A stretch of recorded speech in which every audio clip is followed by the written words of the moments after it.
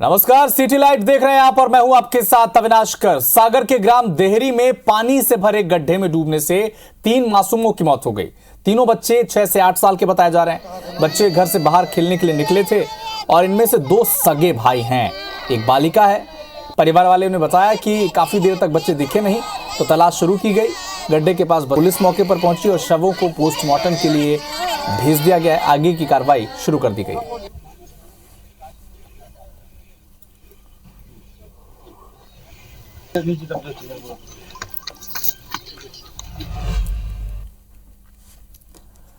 मध्य प्रदेश में आज भी लोग अंधविश्वास की बेड़ियों में जकड़े हुए हैं। प्रदेश के जो अलग अलग तस्वीरें सामने आई हैं, इससे ये बात पुष्टि हो जाती है। पहली तस्वीर उज्जैन से देखिए, जहां पर 1.5 महीने के बच्चे को निमोनिया हो गया।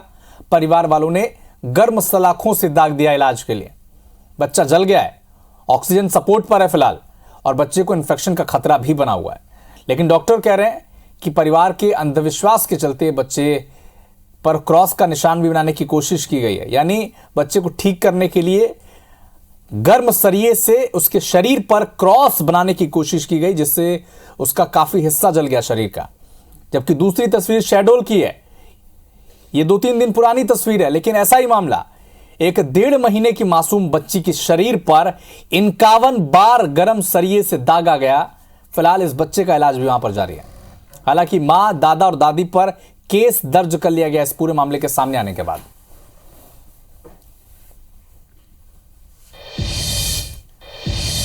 दुष्कर्म के आरोप में फंसाकर व्यापारी से पैसे की डिमांड करने वाली जो महिला थी, उसकी मुश्किलें अब लगातार बढ़ती जा रही हैं। पुलिस ने उस महिला के बाद अब उसके पति को भी गिरफ्तार कर लिया है। पति पर आरोप है कि ब्लैकमेलिंग करता था। वो अपने अकाउंट में पैसे ट्रांसफर कराने के लिए दबाव बनाता था। साथ ही सांसद का प्रतिनिधि बनकर लोगों को धमकी भी देता था। पुलिस ने यह भी बताया कि आरोपी महिला के व्यापारी के खिलाफ दुष्कर्म का केस दर्ज कराया था महिला ने, और व्यापारी पर मकान अपने नाम कराने का दबाव बनाया जा रहा था, ज्वेलरी मांगने का दबाव बनाया जा रहा था। ब्लैकमेलिंग से परेशान होकर व्यापारी ने केस दर्ज कराया, जिसके बाद आरोपी पति को गिरफ्तार कर लिया गया है। हालांकि जो महिला है वो जमानत पर बाहर आ चुकी है। ये महिला जो है इनके साथ जो है संपर्क में रही थी। बाद में जो है लगातार इनसे पैसे की डिमांड कर रही थी, और साथ ही साथ जो है इसने एक जो है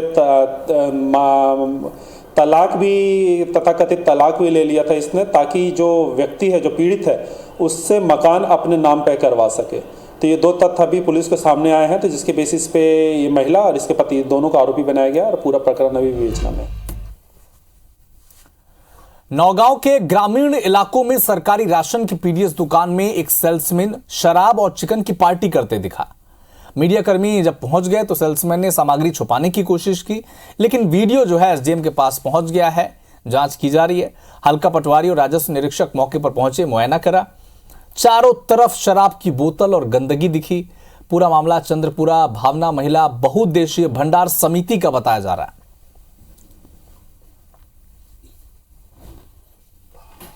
हम सर बाहर थे, वो लोग ले आए थे बिना आपकी परमिशन के। कैसे ले आए? क्या सर, हम काटते हैं बाहर पर्ची, तो यहाँ बसता है, यहाँ पर मशीन नहीं चलती है अंदर। नहीं तो सर यहाँ से वो पी रहे होंगे, लेकिन हमने देखा नहीं। हमने मुर्गा बिरयानी भर देखी कि वो लेकर आए थे।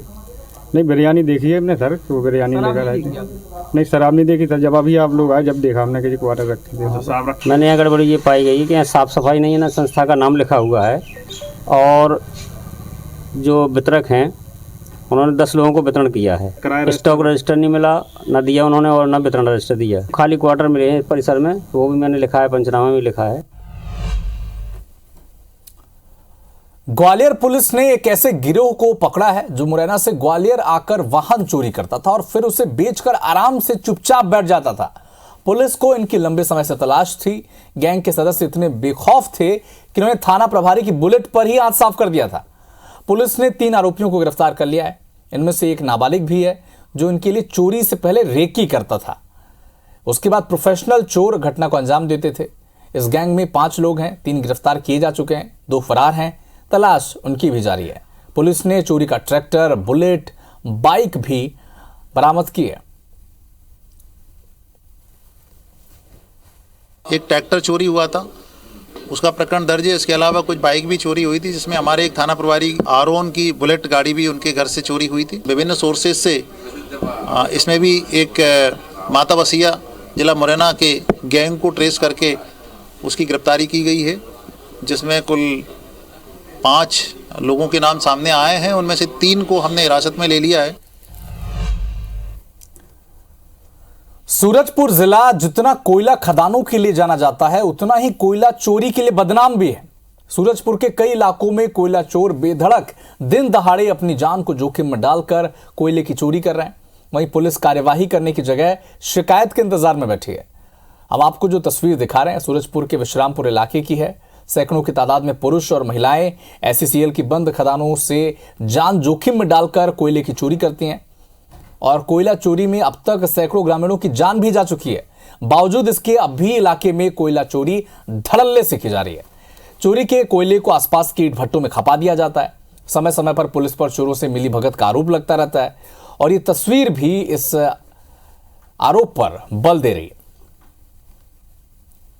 रामपुर थाना क्षेत्र में कोयले खदान है, जहां पुलिस के द्वारा लगातार सतत पेट्रोलिंग की जाती है और उसके साथ ही SCCL के गार्ड भी वहां तैनात रहते हैं। और इस तरह की चोरी की कोई भी रिपोर्ट आने पर संबंधित के द्वारा FIR भी कराया जाता है और पुलिस के द्वारा कड़ी कार्रवाई भी की जा रही है लगातार। और अगर ऐसी कोई भी सूचना मिलती है या रिपोर्ट आता है तो पुलिस के द्वारा तत्काल त्वरित कार्रवाई की जाती है।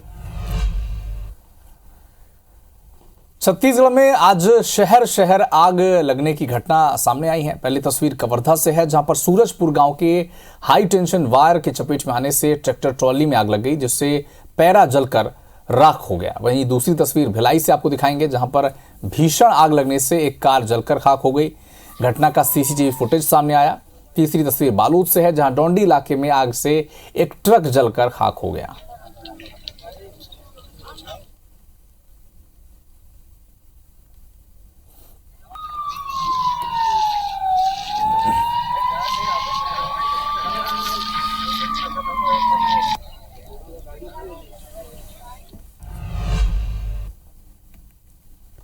रायपुर से एक बड़ी खबर आपको बता दें, एक बार फिर से IBC 24 की खबर का बड़ा असर हुआ है। पुलिस ने अपराधियों के खिलाफ विशेष अभियान चलाया है।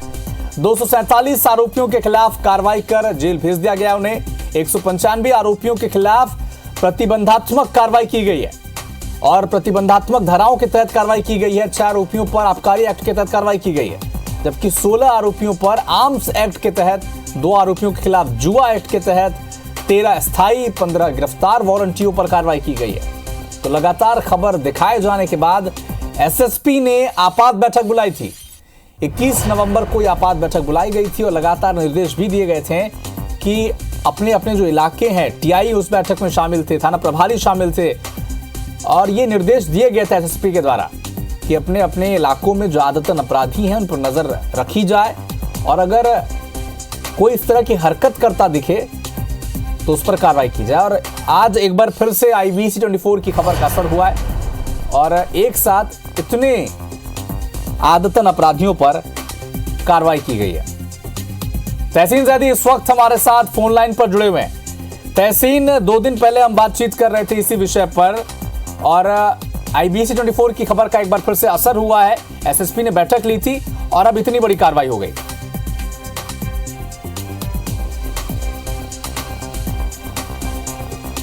चलिए, तहसीन से बातचीत करने की हम कोशिश करेंगे, लेकिन एक बार फिर से आपको अपडेट बता दें, IBC 24 की खबर का फिर से बड़ा असर हुआ है। SSP के निर्देश के बाद बड़ी कार्रवाई की गई है। पुलिस ने अपराधियों के खिलाफ एक विशेष अभियान चलाया है और 247 आरोपियों के खिलाफ कार्रवाई कर उन्हें जेल भेजा गया है। तहसीन, हमारे सहयोगी इस वक्त हमारे साथ जुड़ चुके हैं।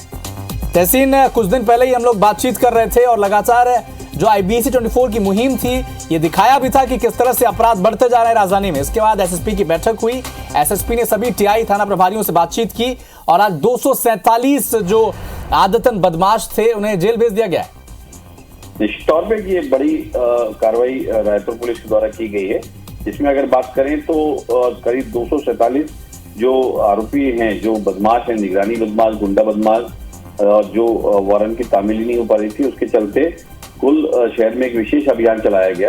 SSP रायपुर ने जिस तरीके से 21 तारीख को एक आपात बैठक बुलाई थी और सभी CSPs और जो TI हैं उनकी बैठक ली थी और सख्त निर्देश इस बात के दिए थे, क्योंकि लगातार जिस तरीके से अपराध बढ़ रहे थे और हत्याएं लगातार हो रही थी, उसको देख के काफी नाराज थे SSP। और ये जानकारी मिली थी कि उसमें काफी लोगों की उसमें क्लास भी उनके द्वारा ली गई थी। तो कुल मिला के जिस तरीके से IBC 24 ने भी इसमें खबर दिखाई थी, तो उसका एक बड़ा असर इसको बोल सकते हैं कि जिस तरीके से इसमें 247 आरोपियों के खिलाफ इसमें कार्रवाई की गई है, उसमें 195 आरोपियों के खिलाफ जो प्रतिबंधात्मक धाराओं के तहत इसमें कार्रवाई की गई है। तो कुल मिला के ये है, उसमें इस बैठक में जो 21 तारीख को बैठक हुई थी, उसमें SSP ने इस बात के सख्त निर्देश भी दिए थे कि जो निगरानी बदमाश हैं और जो बदमाश हैं वहाँ गुंडा बदमाश, उसके अलावा जो नए लोग बदमाशी कर रहे हैं, चाहे उसमें महिला हो चाहे पुरुष हो, उन सबकी थानेवार उसमें सूची बनाने के निर्देश दिए गए थे। उसके आधार पे वो काम भी एक पुलिस का चल रहा है। तो कुल मिला के कह सकते हैं कि पुलिस अब राजधानी पुलिस एक्शन मोड में नजर आ रही है चुनाव के बाद, क्योंकि जिस तरीके से लगातार ये गुंडे बदमाशों ने अपने आप को स्वतंत्र समझ लिया था, लेकिन उसके बाद अब जो कह सकते हैं कि रायपुर पुलिस एक्शन मोड में आई है, मतलब एक्शन मोड पर है रायपुर की पुलिस। और लगातार IBC 24 की खबर का एक बार फिर से बड़ा असर हुआ है। जिस तरह से राजधानी में अपराध बढ़ रहे थे और लगातार हमने इस खबर को दिखाया था प्रमुखता से, जिसके बाद SSP ने बैठक ली थी थाना प्रभारियों की, TI की, और अब IBC 24 की खबर का एक बार फिर से बड़ा असर। 247 आदतन अपराधियों को जेल भेज दिया गया। शुक्रिया तहसीन हमारे साथ जुड़ने के लिए।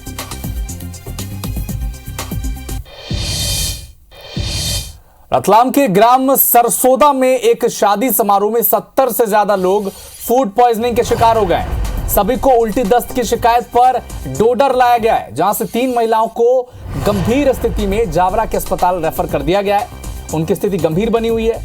आपको ये अपडेट भी बता दें कि सभी लोग रायचंद प्रजापति के बेटे की शादी में दोपहर के समय भोज के लिए पहुंचे थे। तो 70 से ज्यादा लोग फूड पॉइजनिंग के शिकार हुए।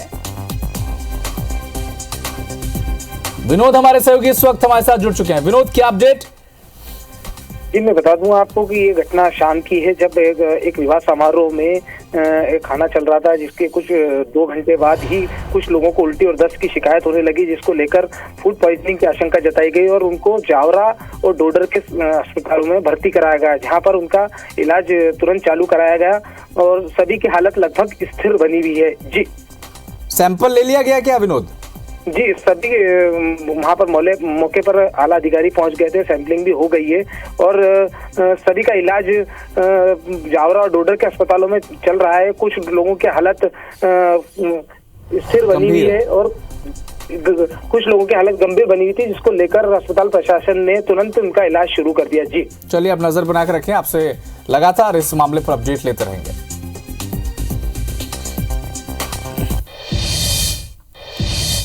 जबलपुर से एक बड़ी खबर आपको बता दें, गलगला मार्केट में आग लग गई है, भीषण आग लगी है। वहां पर प्लास्टिक दुकान और गोदाम में आग लगी है। आग पर काबू पाने के लिए दमकल विभाग की टीम जुटी हुई है। शॉर्ट सर्किट से आग लगने की आशंका है और लाखों के नुकसान का अनुमान लगाया जा रहा है। तो तस्वीरें, कितनी भीषण आग लगी है, ये तस्वीर जबलपुर की देखिए। गलगला मार्केट में आग लगी है और दमकल विभाग की टीम वहां पर लगातार आग पर काबू पाने की कोशिश में जुटी हुई है। लाखों का नुकसान हुआ है। शॉर्ट सर्किट से आग लगने की आशंका जताई जा रही है। ऊपर नहीं यार, बहुत प्लास्टिक की दुकान और गोदाम में ये भीषण आग है। आग की लपटों को देखकर आप समझ सकते हैं कि आग कितनी भीषण है। हालांकि आग पर काबू पाने के लिए दमकल विभाग की टीम वहां पर पहुंच चुकी है और बताया जा रहा है कि शॉर्ट सर्किट के चलते आग लगी है।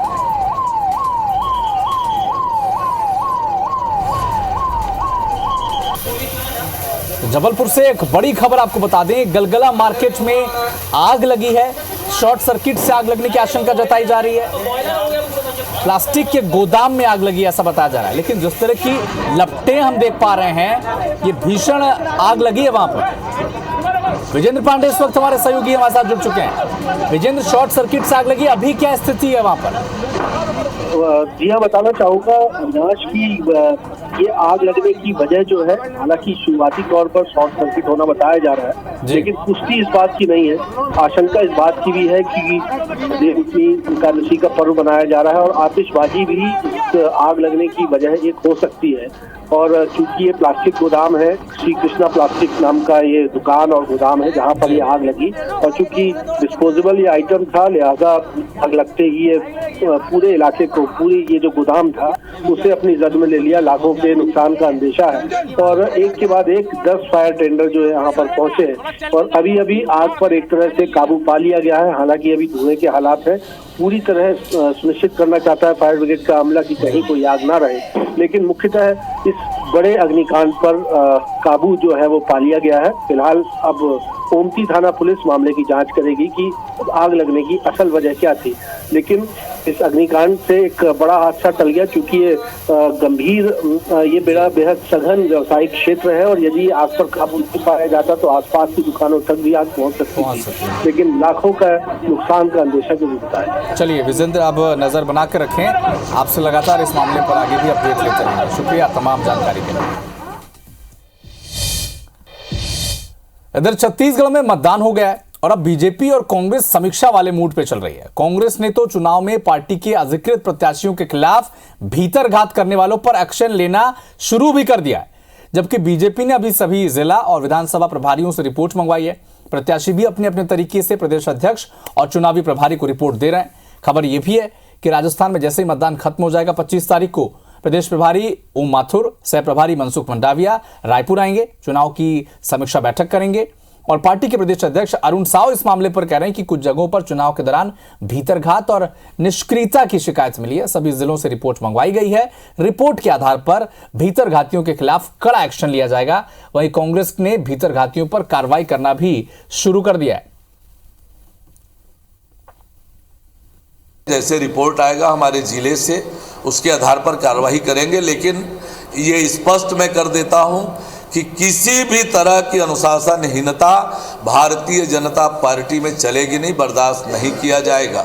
कुछ शिकायतें आई हैं पर उस पर विचार करके निर्णय करेंगे। अनुशासनहीनता किसी भी कीमत पर बर्दाश्त नहीं होगी। अगर कुछ लोग ऐसे भी थे जो श्रृंखल रहे, जिन्होंने पार्टी को नुकसान पहुंचाने का काम किया, उनकी शिकायतें जो आ रही है उस पर पार्टी कठोरता से उन पर कार्रवाई करेगी। और हर चुनाव में इस तरह का होता रहा है, ये कोई नई बात बिल्कुल नहीं, ना हमारे लिए, ना भारतीय जनता पार्टी के लिए या किसी भी राजनीतिक दल के लिए। मगर इस बार हम लोगों ने ये तय किया है कि बहुत कठोरता से उन लोगों से निपटा जाए और इस बात का ध्यान रखें कि भविष्य में उनको किसी प्रकार से प्रोत्साहित कोई न कर। छत्तीसगढ़ में विधानसभा चुनाव के नतीजों का इंतजार बेसब्री से हो रहा है, लेकिन इस दौरान जिन नेताओं ने अपनी पार्टी के विरोध में काम किया है उन पर कार्रवाई की जा रही है। कांग्रेस ने 30 से ज्यादा नेताओं को नोटिस थमा दिया है। उनमें से कई नेताओं को बाहर का रास्ता भी दिखा दिया गया है, जबकि बीजेपी ने मतदान से पहले ऐसे नेताओं को मनाने की कोशिश की है। ऐसे में दोनों सियासी दलों को क्या नफा और नुकसान हो सकता है, एक रिपोर्ट के जरिए आपको बताते हैं। छत्तीसगढ़ में 2 चरणों में हुए मतदान के बाद अब प्रदेश कांग्रेस में कार्रवाई का दौर शुरू हो गया है। कांग्रेस ने पार्टी और प्रत्याशी के खिलाफ काम करने वाले नेताओं को चिन्हित कर 30 से ज्यादा प्रदेश स्तर के नेताओं को कारण बताओ नोटिस थमाया था, जिसका जवाब भी संबंधित नेताओं ने पीसीसी को भेजा। लेकिन जिन नेताओं के जवाब संतोषजनक नहीं पाए गए, पार्टी ने उन्हें 6 साल के लिए बाहर का रास्ता दिखा दिया है। वहीं कुछ के जवाब का इंतजार है। दूसरी ओर भाजपा ने पार्टी या प्रत्याशी के खिलाफ काम करने वाले नेताओं को नोटिस देने की बजाय मनाने की कोशिश की। हालांकि कई विधानसभाओं में भाजपा नेता खुलकर विरोध करते देखे गए। अब इस मामले में कांग्रेस के प्रभारी महामंत्री मलकीत सिंह गैदू का कहना है कि पार्टी ने कारण बताओ नोटिस जारी किया है, जवाब मिल गया है। आगामी दिनों में प्रदेश प्रभारी और प्रदेश अध्यक्ष समीक्षा कर निर्णय लेंगे। वहीं दूसरी ओर भाजपा प्रवक्ता संजय श्रीवास्तव का कहना है कि कांग्रेस के भीतर अंतर्कलह का फायदा बीजेपी को मिलेगा। यहाँ कुछ जगहों पर हमको शिकायतें मिली हमारे प्रत्याशियों द्वारा, हमारे जिलाध्यक्षों के द्वारा, तो हम लोगों ने हमारे वरिष्ठ नेताओं के द्वारा जैसा आदेशित हुआ उस हिसाब से जो है हम लोगों ने 33 लोगों के खिलाफ निष्कासन की कार्रवाई की है, 2 लोगों को निलंबित किया है और जो है 15 लोगों को नोटिस इशू किया है, जिसका जवाब जो है हमको आ गया है। अब आगे जो है हमारी शैलजा में और हमारे प्रदेश अध्यक्ष जी का जैसा आदेश होगा वैसा हम आगे कार्रवाई करेंगे। हमारा आरोप लगातार 5 साल रहा कि सरकार में आने के बाद कभी जनता की उन्होंने सुनी नहीं, अपनी मन की बात करी और इसी कारण प्रदेश के अंदर में पूरा भ्रष्टाचार का माहौल रहा। और एक बार फिर से चुनाव के अंदर में आपसी प्रतिद्वंदता और वर्चस्व की जो लड़ाई कांग्रेस की है, अभी चुनाव परिणाम आए नहीं, मुख्यमंत्री के लिए लड़ाई झगड़ा चालू हो गया है। अर्थात कांग्रेस का कल्चर ही यही है कि स्वयं को स्थापित करना, जनता से उनको कहीं कोई मतलब नहीं है। निश्चित रूप से जब प्रतिद्वंदी होता है, प्रतिद्वंदी में आपसी फूट होती है, उसका फायदा सामने वाली टीम को मिलता है और बीजेपी को निश्चित रूप से इसका फायदा मिलेगा। कांग्रेस ने पार्टी या प्रत्याशी के खिलाफ काम करने वाले अपने नेताओं को कारण बताओ नोटिस जारी करने में कोई देरी नहीं की, लेकिन कांग्रेस के इस निर्णय का नुकसान हुआ या फायदा, ये तो 3 दिसंबर को ही पता चलेगा। दूसरी ओर भाजपा ने रणनीति के तहत चुनावी दौर में नोटिस तो जारी नहीं किया, लेकिन आगे क्या बागियों पर कार्रवाई होगी, ये देखना होगा। सौरभ सिंह परिहार, IBC 24, रायपुर। छत्तीसगढ़ की मुख्य निर्वाचन पदाधिकारी रीना बाबा साहब कंगाले कवर्धा जिला पहुंची। उन्होंने तालपुर स्थित न्यू मंडी में पंडरिया और कवर्धा विधानसभा सीट के स्ट्रांग रूम का जायजा लिया। जायजा लेने के बाद उन्होंने मतगणना को लेकर अधिकारियों को आवश्यक दिशा निर्देश दिए। मुख्य निर्वाचन पदाधिकारी के दौरे के दौरान कवर्धा के जो बीजेपी के प्रत्याशी थे विजय शर्मा, उनसे भी मुलाकात की। बीजेपी प्रत्याशी ने एक ही मतपेटी के बार बार इस्तेमाल करने पर आपत्ति भी जताई। कवर्धा और पंडरिया विधानसभा के मतगणना की तैयारियों के संबंध में यहाँ पर जो स्ट्रांग रूम है और काउंटिंग सेंटर है मंडी प्रांगण में, उसका अवलोकन किया गया। 3 दिसंबर को आने वाले मतगणना दिवस पर जो यहाँ पर पंडरिया और कवर्धा विधानसभा की मतगणना होगी, उससे संबंधित व्यवस्थाओं को और चुस्त दुरुस्त करने के निर्देश भी दिए गए। पहले दिन जिस तरीके से उसकी बंडलिंग की गई और उसको सीलबंद किया गया, उसको उसी पेटी को पुनः यूज किया जा रहा है। वहां पर आने जाने प्रवेश करने वालों के लिए सीसीटीवी कैमरा कम से कम व्यवस्था हो, वहां पर कोई व्यवस्था नहीं हो। और जब जब उस कमरे में कोई प्रवेश करे तो सारी राजनीतिक पार्टियों को जैसे सूचना की प्रक्रिया है उसको पूरा करना चाहिए। हमको इस विषय पर घोर आपत्ति है। जो कुछ प्रक्रिया भी चल रही है वो बिल्कुल ठीक नहीं है। इधर कोरबा में एक सड़क को लेकर पार्षद और महापौर आमने सामने आ गए हैं। पार्षद ने महापौर पर भेदभाव कर सड़क पर काम रुकवाने का आरोप लगाया। मामला शहर के रविशंकर नगर वार्ड का है। 1 करोड़ की लागत से 800 मीटर की लंबी सड़क बनाई जा रही है, लेकिन ठेकेदार पिछले 6 महीने से केवल लीपापोती कर रहा, यह आरोप है। जबकि सड़क 3 महीने में पूरी करनी थी। ठेकेदार ने सड़क बनाने के नाम पर पुरानी सड़क को उखाड़ दिया है, जिससे लोग धूल के गुबार सहने को मजबूर हैं। वहीं पार्षद अब्दुल रहमान ने सड़क निर्माण का कार्य 2 दिन में शुरू नहीं होने पर आमरण अनशन की चेतावनी दी है। महापौर के द्वारा जो आम जनता को लगातार जो रोड नहीं बनाने के संबंध में जो लगातार परेशान किया जा रहा है, मैं इसकी निंदा करता हूं। डामरीकरण का कार्य नहीं करवाया जाता है तो मुझे जल्द ही बीच सड़क में बैठकर वार्ड वासियों के साथ में आमरण अनशन करना पड़ेगा। हमने अधिकारियों को स्पष्ट निर्देश कर दिया था कि चिट्ठी दे, उनको फाइनल चिट्ठी भी दे और कंट्रैक्ट प्रोविजन के हिसाब से अगर काम में डिले होता है तो उसको उचित कार्रवाई टर्म्स कंडीशन के आधार पर उसको किया जाना सुनिश्चित करें। हमने स्पष्ट निर्देश कर दिया। नोटिस के बाद कच्चा काम उसमें किया गया था और फाइनल जो बीटी का काम है वो उसमें चालू करना है। तो अभी कल उसको नोटिस दिया है। अगर काम चालू नहीं होता है तो हम उसमें विधिवत आगे की कार्रवाई करेंगे ठेकेदार। तो फिलहाल इस बुलेटिन में इतना ही, लेकिन देश दुनिया के साथ एमपी और छत्तीसगढ़ के तमाम अपडेट के लिए आप देखते रहिए IBC 24। नमस्कार।